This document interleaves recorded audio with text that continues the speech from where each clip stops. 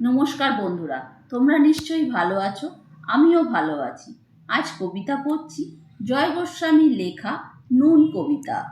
আমরা তো অল্পেই খুশি, কি হবে দুঃখ করে? আমাদের দিন চলে যায় সাধারণ ভাত কাপড়ে। চলে যায় দিন আমাদের অসুখে ধার দেনাতে। রাত্রিরে দুই ভাই মিলে টান দিই গঞ্জিকাতে।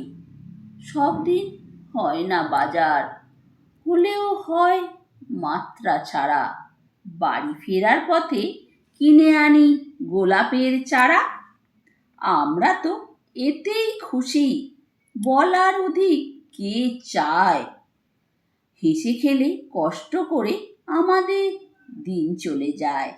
মাঝে মাঝে চলেও না দিন, বাড়ি ফিরি দুপুরে রাতে।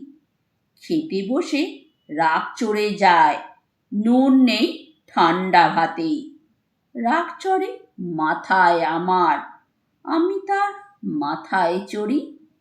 বাপ বেটা দুই ভাই মিলে সারা পাড়া মাথায় করি। করি তো কার তাতে কি, আমরা তো সামান্য লোক। আমাদের শুকনো ভাতের লবণের ব্যবস্থা হোক। আমরাই অল্পে খুশি, কি হবে দুঃখ করে? আমাদের দিন চলে যায় সাধারণ ভাত কাপড়ে। নমস্কার।